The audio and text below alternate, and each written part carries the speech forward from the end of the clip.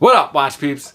Let me preface this video by saying this started with the purchase of a C.Stern 62 MAS homage watch that I bought through one of their online stores, WR Watches. Now my video will start with the unboxing, the real unboxing, where I see the watch for the first time, and I'll kind of carry this through the entire customer service experience until resolution. So let's get to it. I'm Pete, and we are Chillin' with Watches.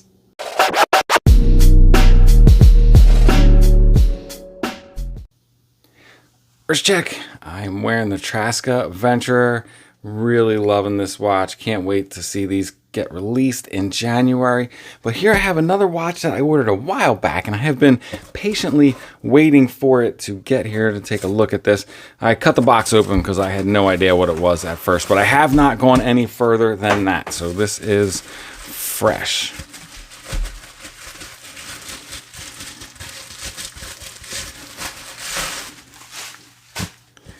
This one is from Seestern. Again, you see these cases like you get with the Addies or San Martin. Used to use these. I think they maybe changed their packaging. I'm not sure. Let's see what we got in here. So what this is the Seestern 62 MAS homage. And why it was interesting was because it's just a 38 millimeter diver. So kind of true to its inspiration in that regard. And I know a lot of people were looking for a smaller version of the 62 MAS and were curious what this would look like. Very cool. How's the bezel action? Ooh, really nice. Actually, the bezel feels very Seiko. Has that kind of springy, gasket feel to it.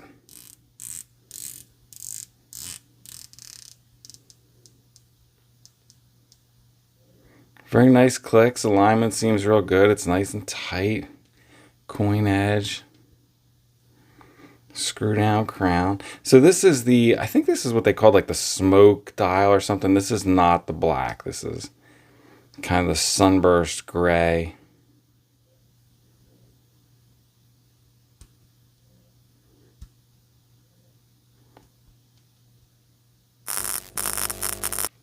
I don't know if you guys can see what's going on here, but basically what's happening is the crown is having a hard time re-engaging. You can see here that I'm pushing it in, but it's staying in time setting mode. That's usually a sign that the crown is cut. There, I got it to re-engage. That's usually a sign that the stem is cut too short. It can't get in. And also it feels like it doesn't want to wind, which probably is the same thing. The stem is not going farther enough in the movement to engage the winding mechanism. It feels like it's just kind of free turning in my hand. So that may be what's going on here. This is going to be fun, guys. This is going to give us an opportunity to reach out to one of these overseas kind of budget brands.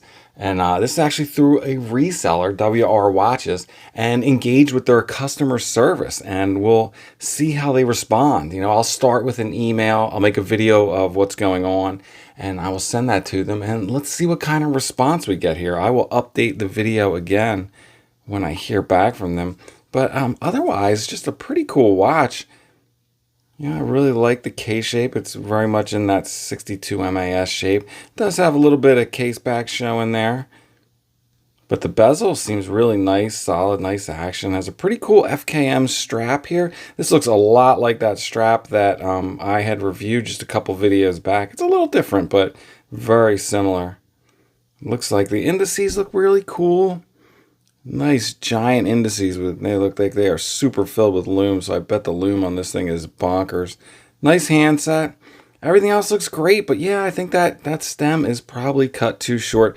Worst comes to worst, I can probably fix that myself, but I shouldn't have to. And it'll be an interesting experiment to see what level of customer service we get from like a really budget brand watch reseller. All right, guys, so that is the Seestern 62 MAS. Wanted to share that, guys, with you real quick. And I'll update this video when I hear back from them. And, eventually we'll get a review of this guy out as well. So after sending the email to them, I got a response in less than a day, less than 24 hours, saying that if it's acceptable with me, they'd like to send me a label to ship it back to them and that they would issue a replacement. Of course, I emailed back, said yes, that is fine, and the next day, sure enough, I got the label. I just dropped it off. It's on its way back to them, so we'll see how long it takes for them to issue the replacement, if they do this while this is in transit or they want to wait until they receive it first. But either way, so far this is really good customer service. I've had worse from brands where I've expected more, so I will update again once I hear back about how the replacement is being issued and when it's on its way to me. So it took about 10 days from the time I shipped the defective watch until the time they shipped the replacement watch. Now they did give me a US address to return it to, and that got delivered there in just about 3 days. So the other 7 days was due to this particular model being out of stock. They did contact me right away to let me know that they were waiting on restock, and when that came in, they sent me tracking right away, again using DHL. So that only took a couple days to get here, and it just arrived. Wrist check number 2, I am wearing the Epos North Star. This is a watch I just got in for review, and this thing is crazy. Has some really cool complications, and the way you set it is pretty awesome. Watch for a review on this one coming up soon.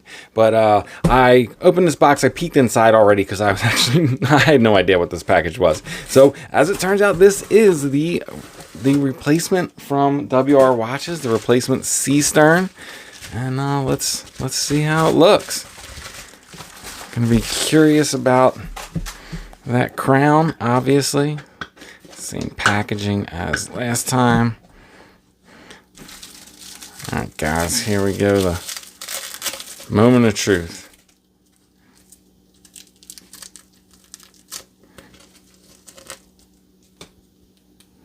Alright, so there we go, that looks awfully familiar.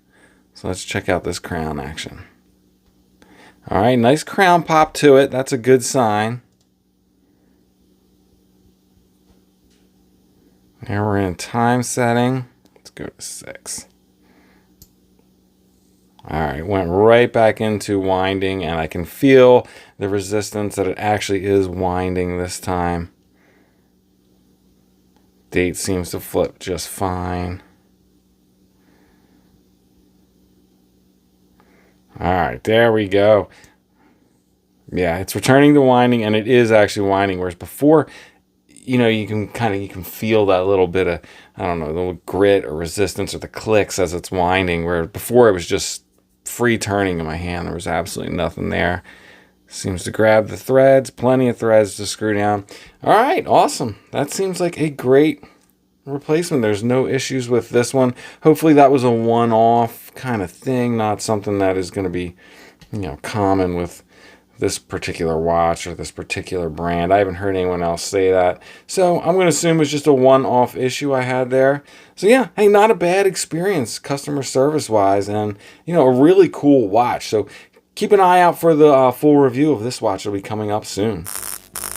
Almost forgot, before I let you guys go, I should give you a quick wrist shot. Here it is on my 7 1/4 inch wrist. I think you can see it wears great. That K-shape really hugs the wrist. And it is a smaller watch, but I don't think it wears tiny. In fact, I think this is the kind of comfortable, everyday size watch I really find myself looking for a lot these days.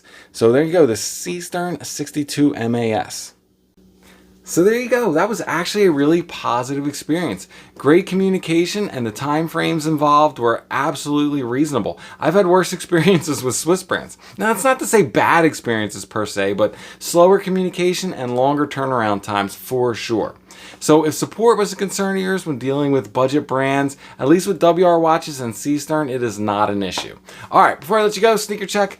I'm wearing my Sky Blazers, and that's it. I'm out. If it's not too much trouble, please like, subscribe, and come back next time. Peace.